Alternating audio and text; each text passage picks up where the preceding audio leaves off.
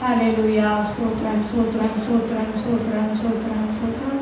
Abraham, ஈசாக்கு, யாக்கோபு என்னும் முற்பிதாக்களின் தெய்வமே துதிக்கிறேன். இந்த அருமையான ஆண்டவரே, இந்த ஓய்வு இந்த விடுமுறை நாளில் ஆண்டவரே பிள்ளைகள்லாம் ஒன்றாய் கூட கர்த்தாவே எத்தனையோ மாதங்களுக்கு பிறகு இந்த வாலிபர் கூட்டம் நடத்த எங்களுக்கு கிருபை கொடுத்தீங்க. நன்றி ஆண்டவரே. உங்கள் கரத்தில் அடிமை காத்து கொடுக்குறேன் ஆண்டவரே. நான் ஆண்டவரே சோதனை குறிப்பிட்ட டைமுக்கு வரல, அதுக்காக ஆண்டவரே உங்களுடைய கிருபை ஆண்டவரே மேல் இருக்கணுமே.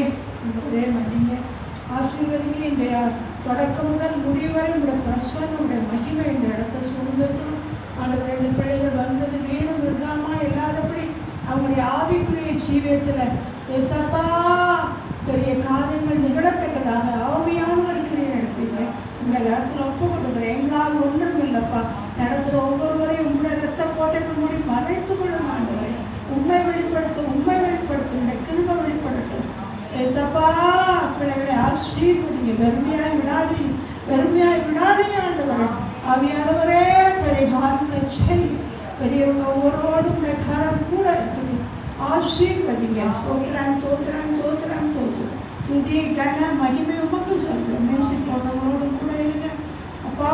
ஒவ்வொன்றே பொறுப்படுங்க. ஏசு நமக்கு கேட்கிறோம் ஜீவனோட நல்ல பிதாவே. ஆமென்.